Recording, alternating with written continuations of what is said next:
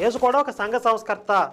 ఆ రోజు బైబిల్ దేవుడు ఇచ్చినటువంటి ధర్మశాస్త్రంలో దుర్మార్గమైనటువంటి, ఆటవికమైనటువంటి, అనాగరికమైనటువంటి ఆజ్ఞలు అనేకం ఉన్నాయి. చదివితే ఒళ్ళు గగురు పొడిచేటటువంటి విషయాలు ఉన్నాయి.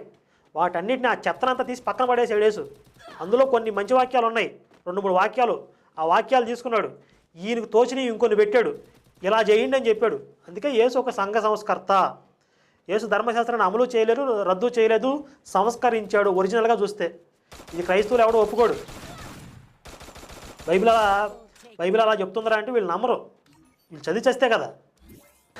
కనుక నా పుస్తకాలు తప్పని రుజువు చేయడం నీ వల్ల కాదు, నీ బాబు తరం కూడా కాదు.